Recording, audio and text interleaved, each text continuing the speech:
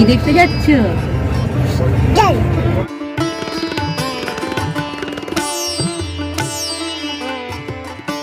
নমস্কার বন্ধুরা, কেমন আছেন আপনারা সবাই? আশা করি ভালোই আছেন। আমরাও বেশ ভালো আছি। তো সেদিন সপ্তাহান্তের এক ঝটিকা সফরে আমরা বেরিয়ে পড়েছিলাম বকখালির উদ্দেশ্যে। আমরা গিয়েছিলাম স্প্ল্যানেড থেকে এসি ভলভো বাসে, যা আমাদের একেবারে বকখালি সমুদ্র সৈকত অবধি পৌঁছে দিয়েছিল।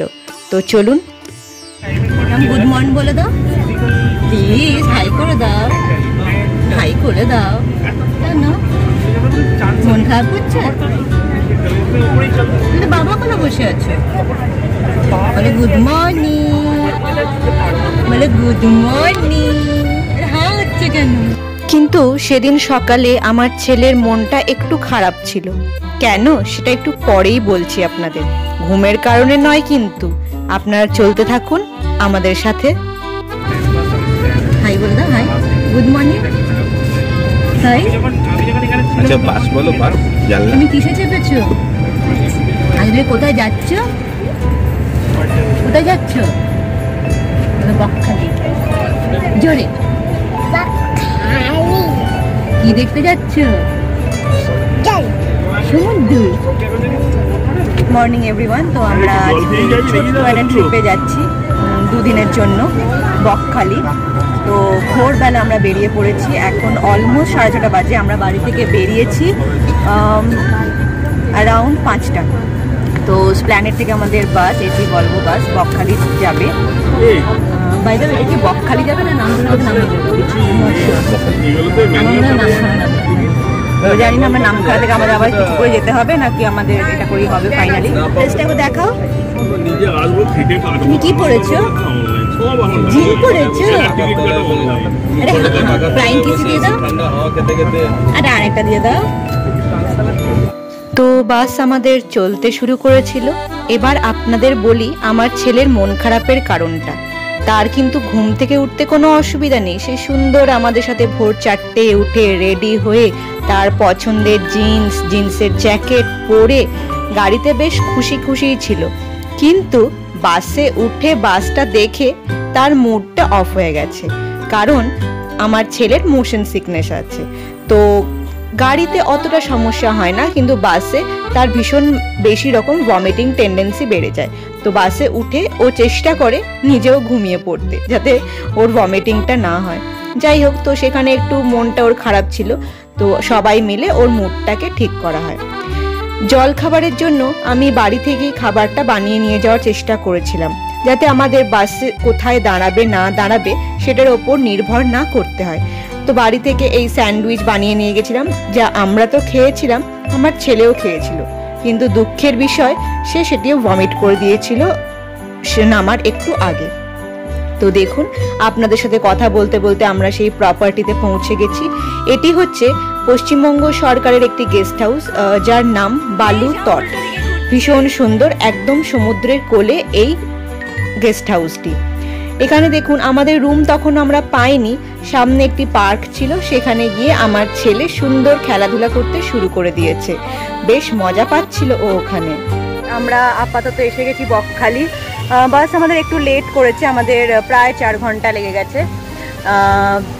10টায় টাইম ছিল, আমরা 11টায় পৌঁছি, বাট আমরা এখনো রুম পাইনি, রুম ক্লিনিংয়ে আছে, তো একটু টাইম লাগবে। তো আপনাদের প্রপার্টিটা একটু ঘুরে দেখাই। ভীষণ সুন্দর প্রপার্টি।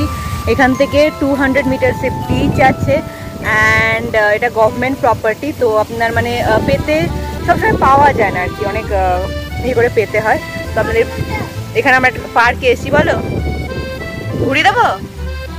এই যে সামনে এতে চড়তে লেগেছে এসেই পার্কে, কারণ আমরা এখনো রুম পাইনি। তো সাম্যকে এন্টারটেনমেন্ট করছি।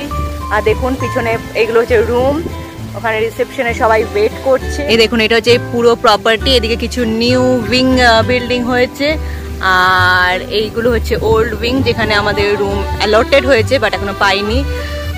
আর ওই রুমগুলোর পিছন দিকে সমুদ্র, যেটা আমি আপাতত দেখাতে পাচ্ছি না, একটু পরে আপনাদের দেখাবো। আর এইদিকে আরও কিছু উইং আছে, এবং ভীষণ নিট অ্যান্ড ক্লিন, আর ভীষণ সাজানো গোছানো। তো বেশ ভালো। আর আজকে ওয়েদারটাও জানি না, হয়তো একটু পরে বৃষ্টি পড়বে, এখন তো প্রচন্ড হাওয়া দিচ্ছে।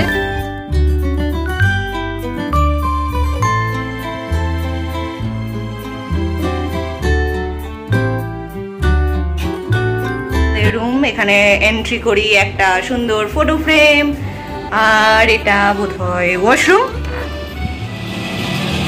NEET and clean. ওইদিকটা শাওয়ার এরিয়া, আর এই যে আমি, এই আমাদের ছোট্ট কোজি রুম, খাট, এখানে একটা ডেস্ক, টিভি, একটা বেড, এখানে একটা আয়না, ছোট একটা মিনি ফ্রিজ, এখানে এখন একটা সিটিং এরিয়া, চা কফি এরিয়া, আর দেখি এখানে একটা ওয়ার্ড্রোব, এটা একটা ওয়ার্ড্রোব। আরে ওয়াও! আর এদিকে কি ভিউ দেখি, এদিকে গার্ডেন ভিউ। তো কি এখন কি আমরা সি বিচে যাবো নাকি? দেরি হবে তো। শাম সি বিচে যাবো না? হ্যাঁ,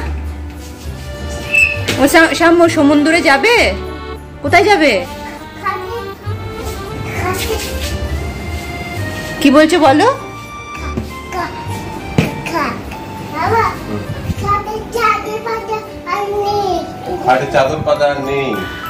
তারপর সবাই একটু চা খেয়ে নিয়ে আমরা বেরিয়ে পড়েছিলাম সমুদ্র সৈকতের উদ্দেশ্যে। যেমন আপনাদের বলছিলাম, এই বালুতট ট্যুরিজম প্রপার্টি থেকে সমুদ্র তট একেবারেই কাছে, হেঁটে 2 মিনিটও লাগেনি। কিন্তু আমরা যে সময় গেছিলাম সেই সময় সমুদ্র ভাটার কারণে ছিল অনেকটা পিছনে, তো আমরা সামনে খানিকক্ষণ জলে দাঁড়িয়ে ভেজে চলে এসেছিলাম আমাদের সাইট সিইং করার জন্য। এবার আপনাদের আরেকটা কথা জানিয়ে রাখি, আমার ছেলে জলে থাকতে ভীষণ ভালোবাসে, তো সমুদ্র বারবার যাওয়া একমাত্র ওরই কারণে। ও বড় এনজয় করে সমুদ্রে। এই দিনও দেখুন ও বাবার সাথে সমুদ্রে জল নিয়ে খেলছিল, এবং ওকে উঠিয়ে আনা ছিল সব থেকে বড় একটা কষ্টের কাজ। ও সারাদিন পারলে সমুদ্রেই থাকতে চায়। তারপরে আমরা চলে এসেছিলাম সামনের একটা হোটেলে খেতে। তুমি কি খাবে? বিরিয়ানি? বিরিয়ানি খাবে? হাঁটা দেখাও বিরিয়ানি খাওয়ার। উলি বাবা, এত বড় হাঁস! চিকেন খাবে? চিকেন? হ্যাঁ দেখাও চিকেন খাওয়ার। ওরে বাবা রে বাবা, কি বলো? Good morning. এখনো তো গুড মর্নিং নেই।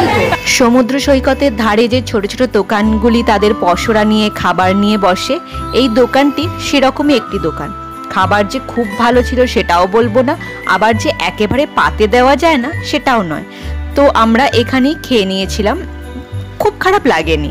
তো আমরা মিলিয়ে মিশিয়ে অর্ডার দিয়েছিলাম, মাছ ভাত, চিকেন, রুটি, সব কিছুই আমরা মিলিয়ে মিশিয়ে খেয়েছিলাম।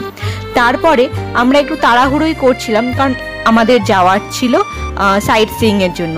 ওখানে কিছু লোকাল দ্রষ্টব্য জিনিস আছে, সেগুলি দেখতে যাব বলে আমরা একটু তাড়াতাড়ি খেয়ে নিয়েছিলাম, কারণ খেয়ে আমরা একটু রেস্ট নিতে চেয়েছিলাম এই ছোট ছেলেটির জন্য। এবারে আমরা এসে গেছি হেনরি আইল্যান্ড। এই হেনরি আইল্যান্ডের সৌন্দর্য যেন অসাধারণ, চোখে লেগে থাকে। তো সেটি আরও আপনারা দেখতে পাবেন এই ভিডিওর পরের পর্বে। আর রাতে দেখেছিলাম বালুতটেই আদিবাসী নৃত্য, সেও আপনারা দেখবেন পরের পর্বে। সঙ্গে থাকুন।